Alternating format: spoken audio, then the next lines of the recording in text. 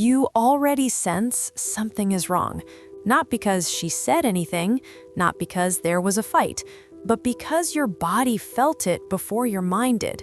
That tight knot when she pulls away, the pause before she replies, the way you have to explain things that never needed explaining before. Men who notice patterns instead of chasing reassurance feel this first, and if you're here, it's because you felt it too. You didn't suddenly become less important. You didn't mess things up. You didn't lose your edge overnight. What changed is the energy between you, and once you see it clearly, confusion stops. Let me say this slowly, because this is where most men fool themselves. The worst thing you can do is stay loyal to someone who keeps showing you that you are no longer important. Not once, not accidentally, but again and again. You feel it every time she pulls away while you're still present. Every time her phone gets more attention than your words. Every time you realize you're working to maintain something that used to be mutual, and you tell yourself it's nothing. Men who overgive always do. You remember who she was. You hold on to the beginning. You tell yourself that if you stay patient, calm, and understanding, she'll come back. But here's the uncomfortable truth most men avoid. She's not confused. She knows exactly what she's doing, and deep inside, so do you. This isn't about fixing her. This is a reset, not outward, but inward. Because the moment you stop needing someone else to confirm your worth, everything changes. And it starts right here. Number 1, don't chase her attention. Chasing feels instinctive, almost automatic. When someone pulls away emotionally, fear appears. Fear of being abandoned, fear of being replaced, fear that you did something wrong. So you try harder. You text first, you explain more, you give more patience, more understanding, more access, and without realizing it, you step into a losing position. Because chasing someone who no longer values you doesn't earn respect, it erodes yours. Here's the shift most men never make. She didn't pull away because you failed. She pulled away because your value stopped being felt. Maybe because you gave it away too easily.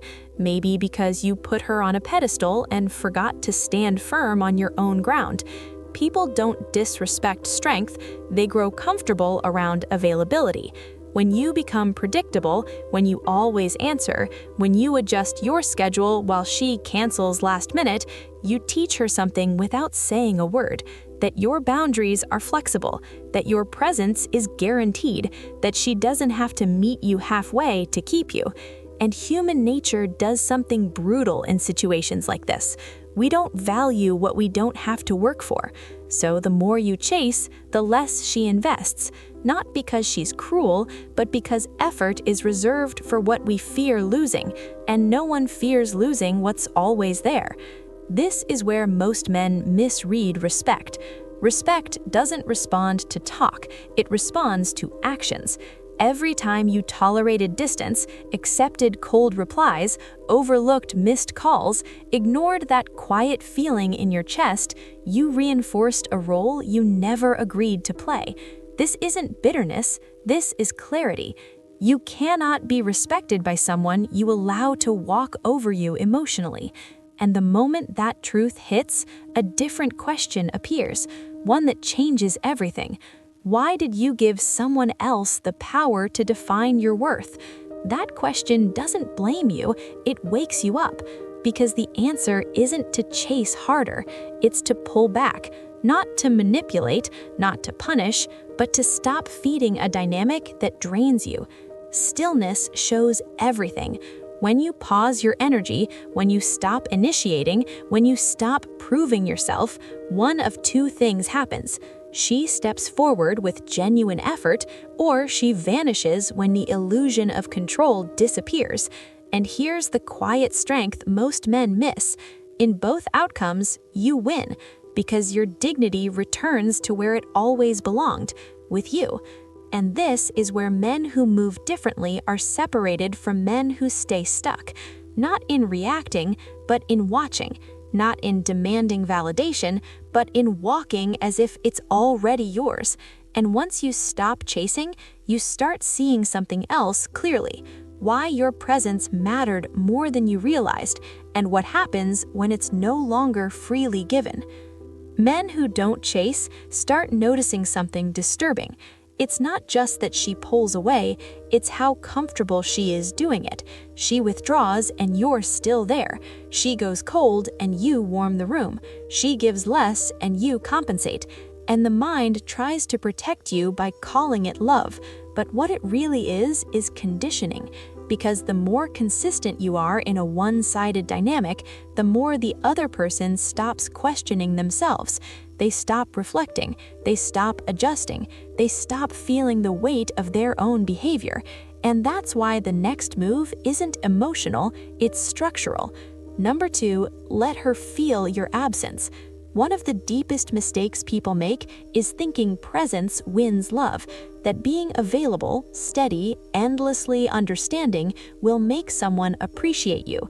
But with the wrong person, your presence becomes a resource, not something they value, something they use, especially when they've grown entitled to it. Men who keep giving because that's who I am often don't realize what they're teaching. They teach that their energy is unlimited, that their attention is endless, that their loyalty requires no return. And when someone believes your presence is guaranteed, they treat it like air, always there, never noticed. But human nature doesn't show in comfort. It shows when comfort is removed. That's why absence is powerful, not because it's dramatic, but because it forces reality to surface without you saying a word. And here's the twist most men don't expect. When you stay present, she never has to decide how she really feels. She can float in your energy. She can keep you nearby. She can avoid accountability by keeping you engaged. But when you step back, she has to face what she's been doing.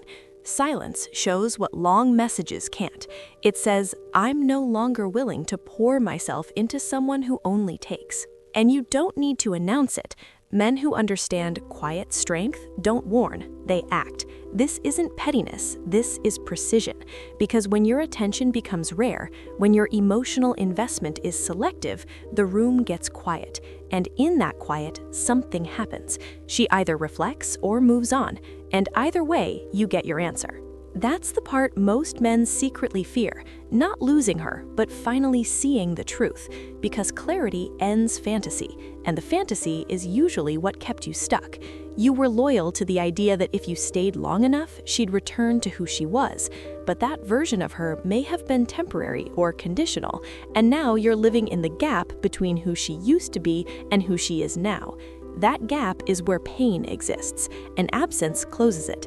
It doesn't fix her, it reveals her, and it also reveals you. Because the longer you stay where you're undervalued, the more damage you do to your own identity. Every time you tolerate less than you deserve, your mind quietly updates the standard, not consciously, subconsciously. It starts to normalize disrespect. And that's why the cure isn't in changing her, it's in removing yourself from dysfunction. Not forever, not as a threat, but as a test of reality. Stop being the one who checks in. Stop being the one who fixes the vibe. Stop being the one who carries emotional weight. And watch what happens when your presence is no longer free. Because presence is a gift, and when it's given to the wrong person, it becomes a burden. When you treat your time and attention like currency, people either invest or they step aside. That's how you filter what's real. Those who only liked you when it was convenient will vanish when you become intentional, and those who didn't deserve your presence are the first to notice your absence. And yes, it will feel uncomfortable. Your mind will try to bargain. It will try to tell you, send one message, check her story, see if she noticed, because your nervous system is used to chasing relief. But solitude isn't punishment, it's power. That space, the space where you're not reacting, not checking, not reaching, that's where you rebuild self-respect. And once you do, you move differently. You stop craving closure. You stop needing explanations. You stop hoping for crumbs, because your absence does more to reveal truth than your presence ever could. And when you start moving like that, something else becomes clear. There's a moment that breaks most men. It's when they realize they're not just chasing attention, they're arguing for basic respect. There's a moment most men remember, not because it was loud, but because it was quietly humiliating. It's the moment you realize you're explaining yourself to someone who already knows they're hurting you. You're choosing words carefully, trying not to sound needy, trying not to sound angry, trying to sound reasonable. And somewhere in the middle of that explanation, something inside you tightens because you feel it. You're not being heard, you're being managed. Men who argue for respect don't notice it at first. They think communication will fix it. They think clarity will restore balance. But respect doesn't arrive through explanation. Number 3, don't argue for respect. The moment you have to convince someone to respect you, the dynamic is already broken. Respect is never negotiated. It's either present in how someone treats you or it isn't, and no amount of emotional effort can force it in someone who's already decided not to give it.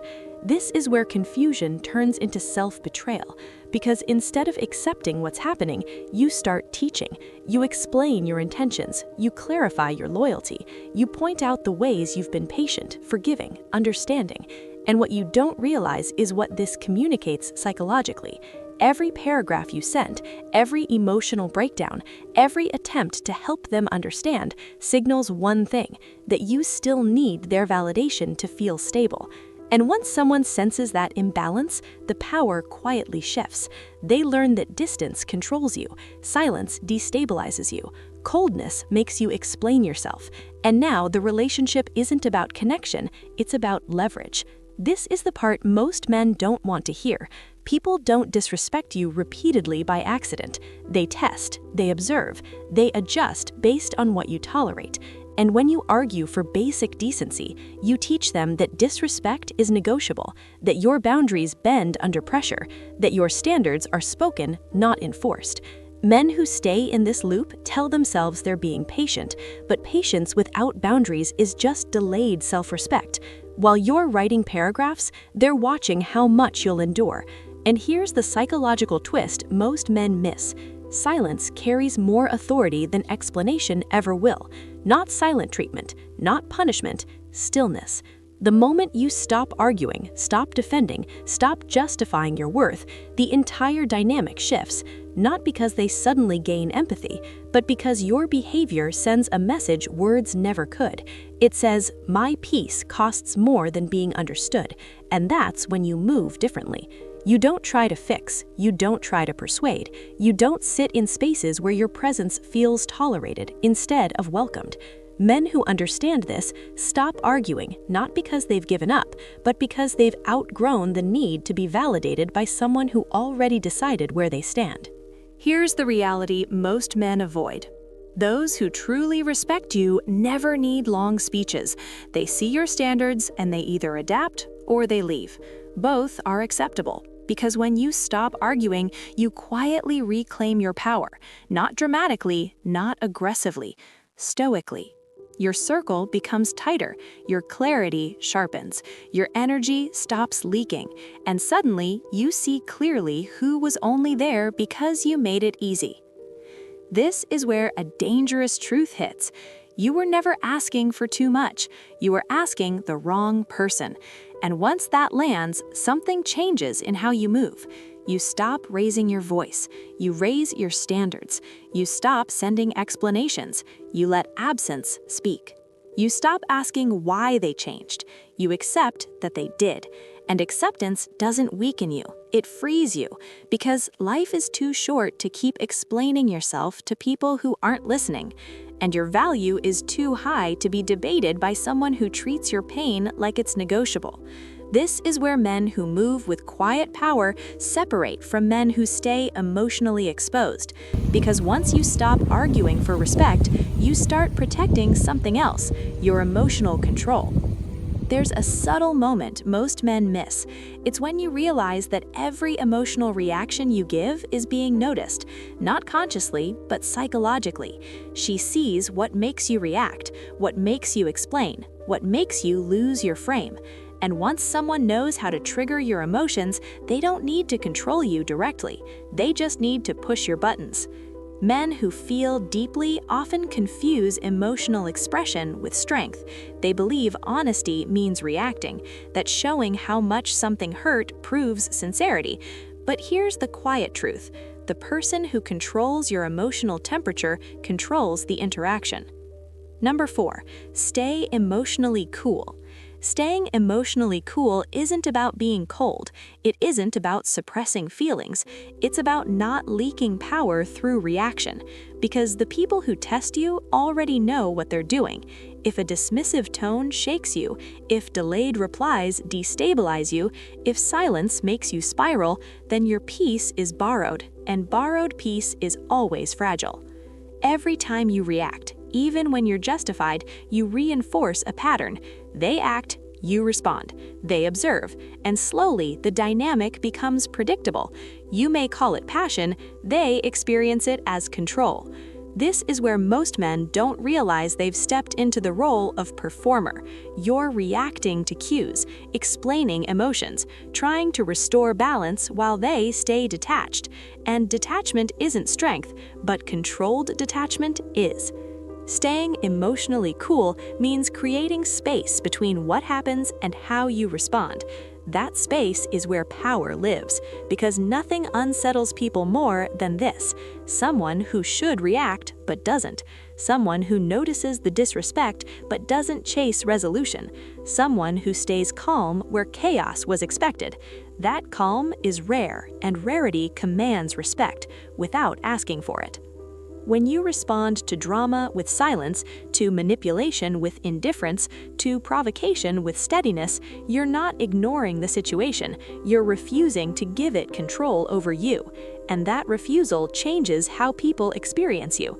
They can't read you easily, they can't predict your next move, they can't pull you into emotional games, and that's when leverage returns to you.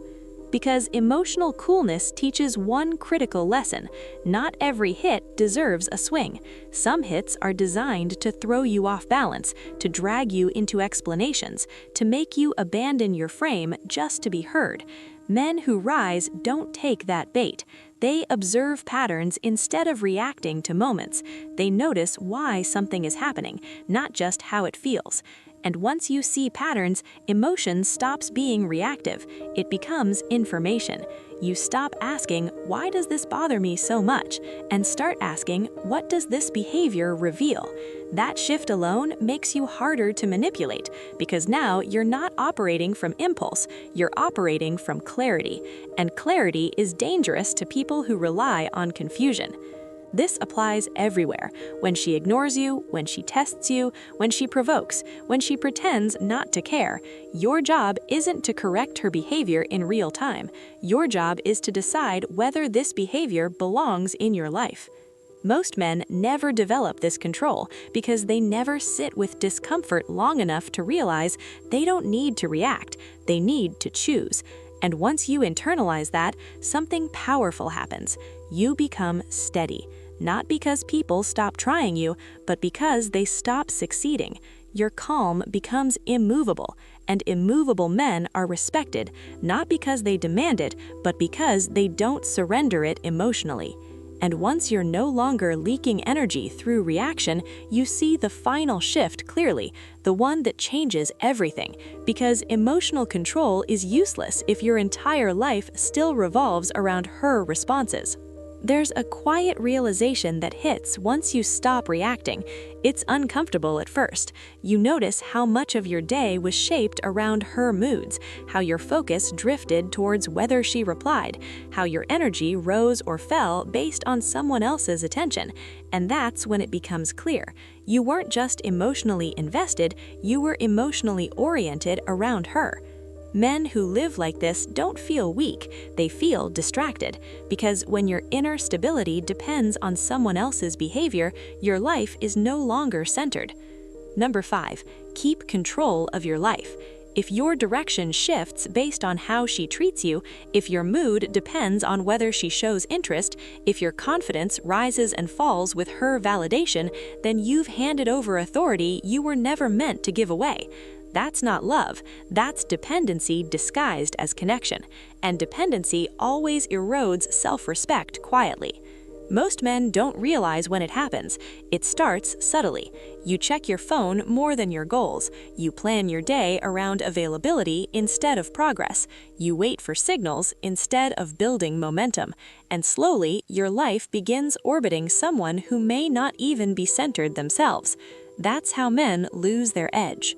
Not in one decision, but in 1,000 small adjustments. Adjustments that signal one thing to your own mind. My direction is negotiable. And when your direction is flexible, your identity weakens. This is where control must be reclaimed, not over her, but over yourself. Because the moment your happiness depends on external response, your identity is on lease. And when that lease expires, so does your sense of self. The correction isn't dramatic, it's disciplined. You re-anchor your life to what actually matters: your routines, your health, your skills, your progress, your standards. Men who regain control don't announce it, they start keeping promises to themselves. They wake up earlier, they train their body, they sharpen their focus, they stack small wins daily, and something shifts internally.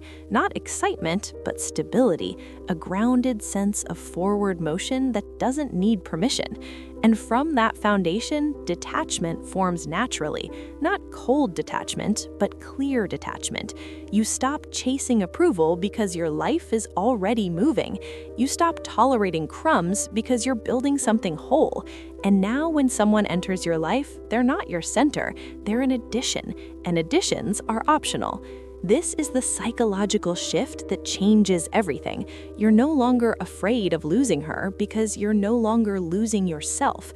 People feel this. They sense when a man's life is full, when his attention is selective, when his energy isn't desperate, and they respond accordingly. Some rise to meet your standards, others fade. Both outcomes are correct, because men who keep control of their life don't negotiate their direction for connection.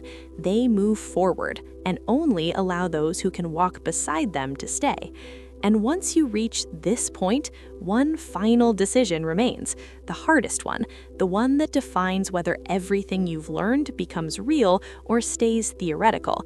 There's a point where clarity becomes unavoidable, not dramatic, not explosive, just undeniable. It's the moment you realize that holding on is costing you more than letting go ever could. Men who reach this point don't arrive there suddenly. They arrive exhausted from second-guessing themselves, from walking on eggshells, from explaining basic expectations like they're asking for something unreasonable. And that's when the final truth surfaces. Number 6, let her go if needed. The hardest truth you'll ever face isn't that you didn't love her enough. It's that love alone was never the issue. You stayed loyal, you waited, you forgave, you adjusted. You did everything men are told to do when something matters. And still, something felt off.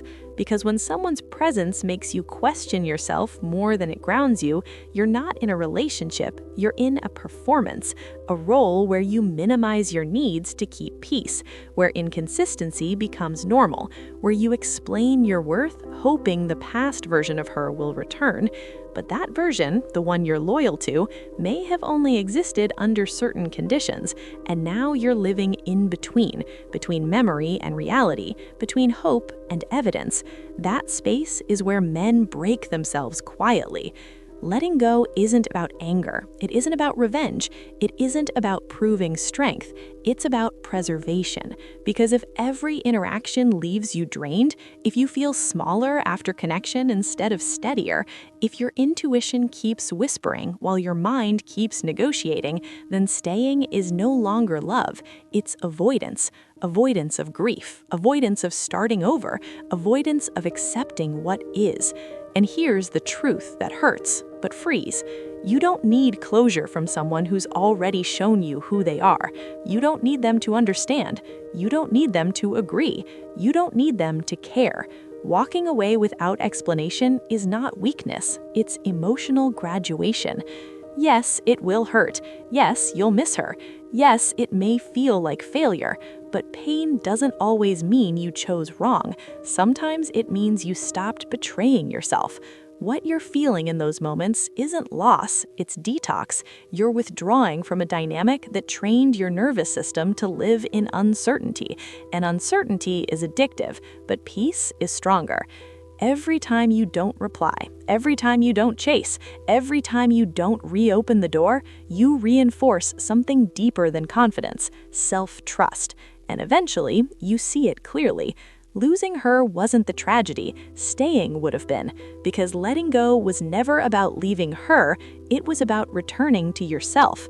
And once that happens, the pain stops defining you. It sharpens you. Your standards solidify. Your direction stabilizes. Your identity becomes quieter and stronger. And that's when everything changes. Not because someone new appears, but because you do. What remains now is the final shift, the one that locks this mindset permanently. There's a moment after everything quiets down, after the arguing stops, after the chasing ends, after the emotional noise fades. And in that silence, something becomes clear. You weren't weak, you weren't naive, you weren't too much. You were operating without the full picture. Men who reach this point don't feel loud confidence. They feel something better, stillness, because now you see what was really happening. You were slowly conditioned to tolerate distance, to explain your pain, to negotiate respect, to chase clarity from someone who benefited from your confusion. And once you see that, you don't get angry, you get precise. This is the moment your identity changes, not outwardly, inwardly. You stop identifying as someone who hopes to be chosen. You become someone who filters. Men who move like this don't announce boundaries, they embody them. They don't ask for respect. They move in ways that make disrespect impossible. They don't need closure, they need alignment. And here's the final shift, the one most people never make. You stop asking, why didn't she value me? And you start asking, why did I keep offering access after the pattern was clear? That question doesn't shame you, it liberates you. Because now responsibility returns to where power lives, with you. You no longer chase attention. You allow absence to speak. You don't argue for respect. You stay emotionally cool. You control your life, and when necessary, you let go without collapse. Not because you're hardened, but because you're clear. This clarity doesn't make you cold, it makes you selective, and selective men are dangerous, not to others, but to dysfunction, because once you understand this, you move differently in every interaction. You notice energy shifts early, you observe patterns instead of explaining them away, you exit situations that require you to shrink quietly, cleanly, without resentment. And that's the real upgrade. You don't need to prove your worth anymore. You protect it. You don't fear being alone. You fear abandoning yourself again, and that fear keeps you aligned. From this point forward, you don't chase people who treat your presence like it's disposable. You become unavailable to anything that isn't mutual, grounded, and respectful. Not loudly, naturally. And once you live from that place, something irreversible happens. You don't just understand this, you are this. And men who reach this level don't go back. If this final part resonates with you, comment below with your thoughts or experiences. Watch the full series to the end for complete insights into relationships, attraction, and self-respect. And remember to subscribe, like, and share this video so others can benefit from these lessons too.